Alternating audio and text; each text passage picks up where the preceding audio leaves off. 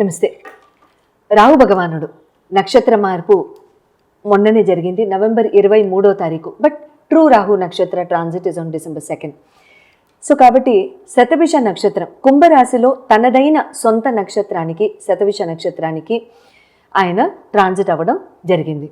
అయితే పూర్వభాద్ర నుంచి శతభిషానికి వచ్చిన రాహు భగవానుడు ఏ రాశుల వారికి ఏ రకంగా రిజల్ట్స్ ఇస్తారు అనేది మనం తెలుసుకుందాం.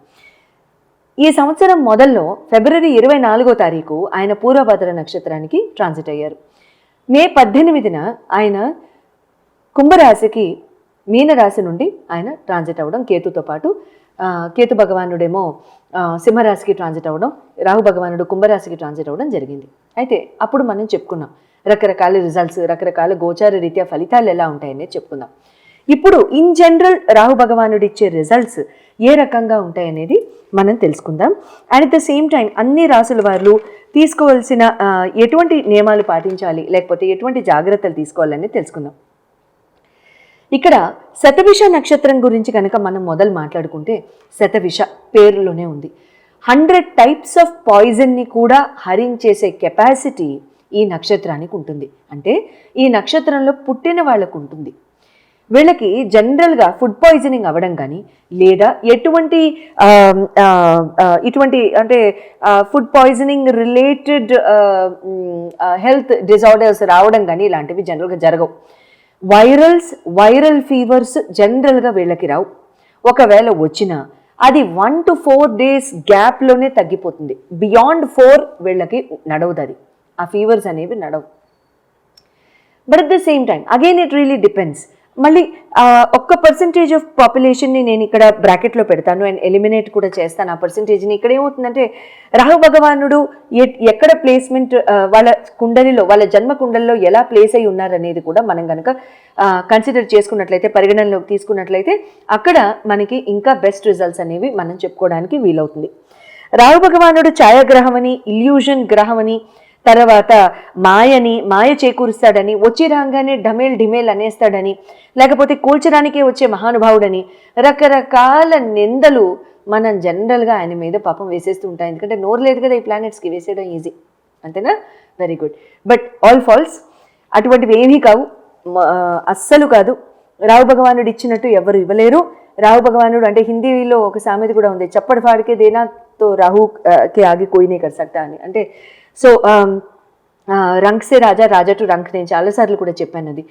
సో ఇచ్చిన అమ్మ పెట్టేది పెడుతుంది, కొట్టేది కొడుతుంది అనే సామెత కూడా ఉంది కదా.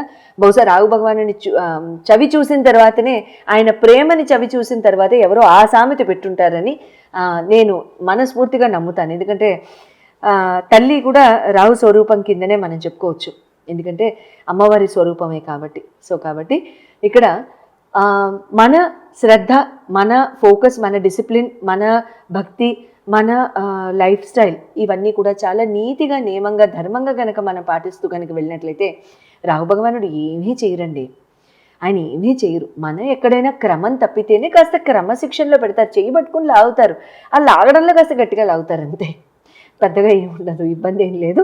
సో ఇక్కడ ఏమవుతుందంటే రాహు భగవానుడు శతభిష నక్షత్రంలో ఇక్కడ చేయడం అనేది, శతభిష నక్షత్ర అంటే ఆ శతభిష నక్షత్ర యొక్క lord doctors of all the planets అని కూడా అంటూ ఉంటాం. సో ఇక్కడ ఏమవుతుందంటే, అంటే ఏదైనా హీలింగ్ కెపాసిటీ వీళ్ళకి చాలా చాలా బాగుంటుంది. శతభిష నక్షత్రంలో పుట్టిన వాళ్ళు ఇన్ జనరల్, అంటే నక్షత్రాల జనరల్ క్యారెక్టరిస్టిక్స్ కనుక ఈ రాహు భగవానుడు ఉన్నప్పుడు ఏ రకంగా ఉంటుందని చెప్పుకున్నట్లయితే, ఈ శతభిష నక్షత్రం యొక్క కెపాసిటీలో ఏమవుతుందంటే, healers, mental wellbeing healers, psychologist, psychiatrist, neuro scientist, neurologist వీళ్ళందరూ కూడా ఈ నక్షత్రానికి చెందిన వాళ్ళు కనుక ఉన్నట్లయితే they will be excelling in their profession very very well. నేను అటువంటి డాక్టర్స్ని చాలామందిని చూశాను. I mean most of them are my clients also. And నేను చాలామందిని చూడడం కూడా జరిగింది. I met a lot of neuro surgeons and neuro scientist who belong to this నక్షత్రం అండ్ వెరీ బ్యూటిఫుల్ డాక్టర్స్. అంటే అసలు హోరోస్కోప్ నేను ఓపెన్ చేయకముందే వీళ్ళు శతభిష అయి ఉంటారు అనుకుంటుండగానే వాళ్ళు రాహు యొక్క వెల్ ప్లేస్డ్ బ్లెస్సింగ్స్తో వాళ్ళు ముందుకు వెళ్ళిపోతున్న human beings and lovely human beings అని చెప్పుకోవచ్చు. ఇక్కడ ఏమవుతుందంటే కుంభరాశిలో ఇక్కడ శతభిష నక్షత్రంలో రాహు భగవానుడు వచ్చి రాగానే ఇక్కడ ఆయన ఏదో ఒక చేంజ్, ఏదో ఒక డైరెక్టివ్ అనేది మన లైఫ్స్కి ఇస్తూ ఉంటారు. ఇక్కడ ఏమవుతుందంటే, అంటే పబ్లిక్ పరంగా కనుక మనం చెప్పుకున్నట్లయితే, వరల్డ్ పరంగా కనుక మనకు చెప్పుకున్నట్లయితే, పబ్లిక్ యాంటిసిపేషన్తో కూడిన నిర్ణయాలు, లేకపోతే పబ్లిక్ యాంటిసిపేషన్తో కూడిన డెసిషన్స్ కానీ, గవర్నమెంట్లో ఏదైనా డెసిషన్స్ ఇవ్వడం కానీ, లేకపోతే గవర్నమెంట్ ఏదైనా డైరెక్టివ్స్ పబ్లిక్కి ఇవ్వడం కానీ, లేదన్నా మార్పులు చేర్పులు పబ్లిక్కి ఇవ్వడం కానీ ఇలాంటివి చేస్తుంది. ఇలాంటివి మనం చూస్తాం. రాహు భగవానుడు శతభిష నక్షత్రంలో ఉంటుండగా ధనిష్టకి వెళ్లే లోపు, జూన్ 30వ తారీఖు 2026 ధనిష్టకి వెళ్లే లోపు గవర్నమెంట్ డైరెక్టివ్స్ ఫార్ పబ్లిక్ ఇటువంటివి చూడడం జరుగుతుంది. Public will hear some change or some directives to follow. Some change అనగానే ఎక్కడికో ఊహించేయక్కర్లేదండి. మనమందరం కూడా ఇక్కడ ఏమవుతుందంటే, సమ్ డైరెక్టివ్స్ అంటే మీరు ఇది చెయ్యండి, ఇటువంటి అంటే పాలసీస్ ఫాలో అవ్వండి, లేకపోతే ఇది ఈ డేట్ కల్లా మీరు కంప్లీట్ చేయాలి, ఇది ఈ డేట్ కల్లా మీరు చేసేయాలి, లేకపోతే ఇది ఈ క్రమంగానే ఉండాలి, ఈ ఫోకస్తో ఉండాలి, ఈ డిసిప్లిన్గా ఉండాలి. ఇటువంటి changes government will give directives and will make policy changes across the country. ఇటువంటివి మనం జనరల్గా డెఫినెట్గా వింటూ ఉంటాం. అండ్ ఇక్కడ ఇంకొకటి ఏమవుతుందంటే, taxes పరంగా కానివ్వండి, అటువంటి పరంగా కానివ్వండి, very interesting changes will come up in the following budget also next year. ఎందుకంటే రావు భగవానుడిదే ట్యాక్సెస్ కూడా కాబట్టి, and my favourite lord, and at the same time ఆయన ఈ నక్షత్రంలో ఉంటుండగానే, సో ఖచ్చితంగా very beautiful changes and with very అంటే eye opening changes and very public interest, అంటే మనం కళ్ళు రేజ్ చేసి చూసే చేంజెస్తో గవర్నమెంట్ చాలా చక్కటి చేంజెస్ తీసుకురావడం అనేది కూడా మనం చూస్తాం. ఇక్కడ తర్వాత గోల్డ్ అండ్ సిల్వర్ కూడా చాలా చాలా స్టేబుల్గా ఉంటాయండి ఈ టైంలో. అండ్ ఈ పర్టిక్యులర్ 4 to 6 months టైంలో కూడా చాలా చాలా స్టెబిలిటీ అనేది చూస్తాం. మేజర్ ఫ్లక్చువేషన్స్ అయితే చూడడం జరగదు. Next year post March changes అనేది చూడడం జరుగుతుంది. అక్కడే ఇంక్రీజ్ అవ్వడం అనేది జరుగుతుంది. బిఫోర్ మార్చ్, ప్రీ మార్చ్ అయితే మాత్రం స్టెబిలిటీ అనేది ఎక్కువగా చూడడం జరుగుతూ ఉంటుంది. అండ్ ఇక్కడ IT, creative fields, doctors, neuro scientist, neuro psychologist, psychiatrist, healers, mental healers, creative fields, artist, dancers, singers, painters, ఇటువంటి వాళ్ళందరికీ కూడా కళలు, లలిత కళలు, ఇవన్నీ కూడా రాహు యొక్క డిపార్ట్మెంట్సే కాబట్టి ఇక్కడ వీళ్ళందరికీ కూడా excelling in their own professions, excelling in their own fields, ఇవన్నీ కూడా జరగడం జరుగుతూ ఉంటుంది. చాలా శుభంగా ఉంటూ ఉంటుంది.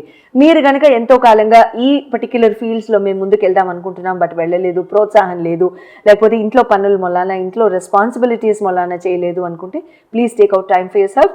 అండ్ ఈ టైంలో కనుక మీరు చేసినట్లయితే చాలా శుభంగా ఉంటుంది. Take the blessings of Rahu and నక్షత్ర లార్డ్ యొక్క బ్లెస్సింగ్స్ తీసుకుని కనుక మీరు ముందుకు వెళ్ళినట్లయితే చాలా చాలా శుభంగా ఉంటూ ఉంటుంది. అట్ ద సేమ్ టైం ఇక్కడ మీకు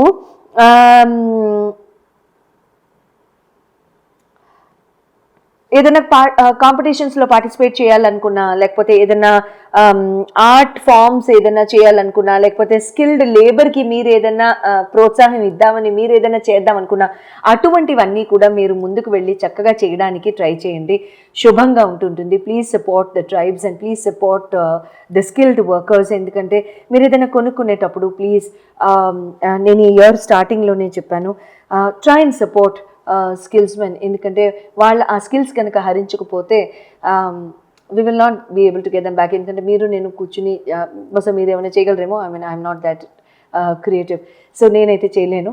సో వాళ్ళ అదే సారీ ఆర్ అదే work or anything like that, try and get it from the skills person.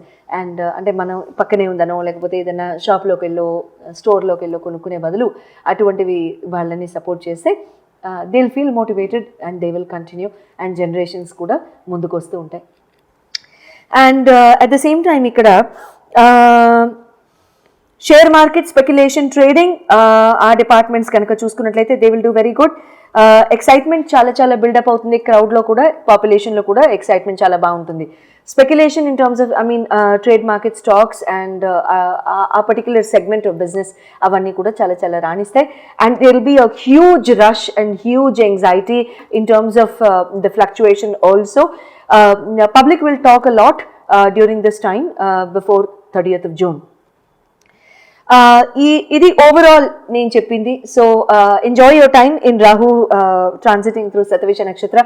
And చాలా మంది ఇంట్రెస్ట్గా చాలా క్రియేటివ్ ఫీల్డ్స్లో పాల్గొనడం కానివ్వండి, స్కిల్డ్ వర్క్ నేర్చుకోవడం కానివ్వండి, ఇలాంటివి చేస్తారు.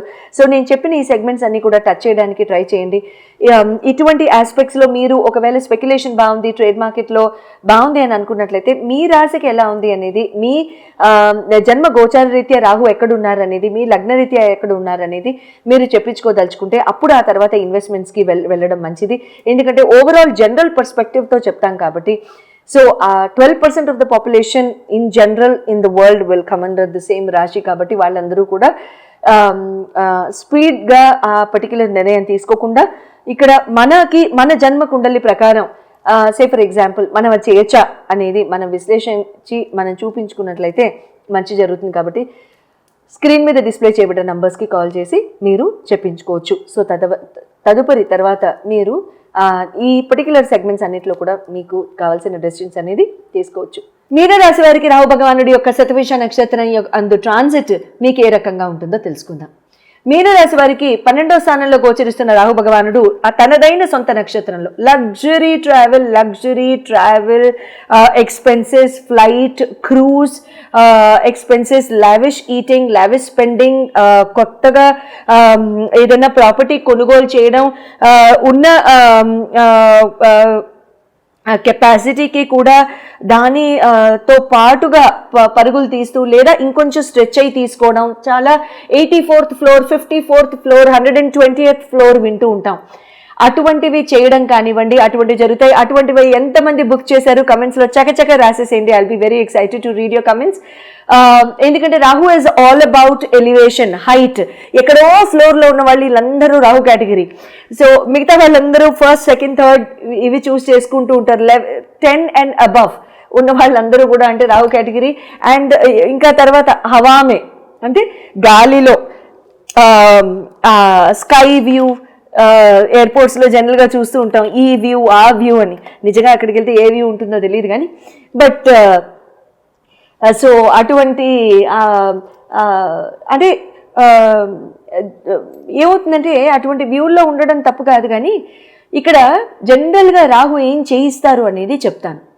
రాహు ఏం చేయిస్తారు అని అంటే రాహు భగవానుడు ఇక్కడ ఆ పర్టిక్యులర్ వ్యూ కోసం కొంత అమౌంట్ అనేది ఎగ్జాజరేటెడ్ హైప్ అనేది ఉంటుంది. ఆ ఎగ్జాజరేటెడ్ హైప్ ఇస్ రాహు. దాన్ని మనం తెలుగులో మాయ అని అంటాం. రాహు మాయలో పడి రాహు దుష్ప్రభావం చేత రాహు యొక్క దశలో మాకు చెడు జరిగిందంటాం. దాన్ని విశ్లేషించి నిర్ణయం తీసుకునే కెపాసిటీ ఆ రోజు మనకి లేకపోవడం చేత రాహుని నిందించడం. ఆ హైప్ అనే 4 అక్షరాల స్పెల్లింగ్ని దానికి కనుక మనం పే చేయకపోతే వీఆర్ అవుట్ ఆఫ్ రాహుస్ మాయ, ఇల్యూజన్. అండర్స్టాండ్? అదే రాహు. సో ఇక్కడ ఏమవుతుందంటే అటువంటి ఎక్స్పెన్సెస్ జనరల్గా ఎక్కువ అవుతూ ఉంటాయి. Lot of illusion, mental pressure, nerves disturbance ఒక్కొక్కసారి కొంతమందికి ఉండడానికి ఇక్కడ సహజంగా అవుతూ ఉంటుంది. కాస్త ఒక్కొక్కసారి స్ట్రెస్ ఫీల్ అవుతున్నట్టుగా ఉంటూ ఉంటుంది. బట్ ఏమీ కాదండి, చాలా బాగుంటుంది. ఎంజాయ్ చేస్తారు ఈ టైంని. బ్యూటిఫుల్గా ఉంటుంది. క్రియేటివ్ టాలెంట్ ముందుకు ఏదైనా స్కిల్ నేర్చుకుంటే బాగుంటుందని అనిపిస్తుంది. అట్లాంటివి ఏమైనా స్ఫుర్రలు వస్తే చక్కగా పాటించండి, ఇబ్బంది లేదు. వేరే lot of pastel colours train, వేరే లాట్ ఆఫ్ వైట్స్, చాలా బాగుంటుంది. Lot of renovation will be done at home. Interiors చాలా చక్కగా ఉంటాయి. తర్వాత నీడ్ వర్సెస్ వాంట్కి వెళ్ళండి. అది నిజంగా అవసరమా మనకి, లేకపోతే అది వాంటా నీడా? అది నీడ్ అయితే చేయించండి, వాంట్ అయితే అది ఇక్కడి నుంచి వస్తుంది. దీన్ని పక్కన పెట్టేసేసి నీడ్ అయితే మాత్రం ఇక్కడి నుంచి వస్తుంది. సో కాబట్టి దాన్ని చేయండి. సో ఖచ్చితంగా ఇటువంటి జాగ్రత్తలు కనుక తీసుకున్నట్లయితే రాహుస్ ట్రాన్సిట్ ఇన్ శతభిష నక్షత్ర, you'll really enjoy and wishing you the very best and good luck. Thank you.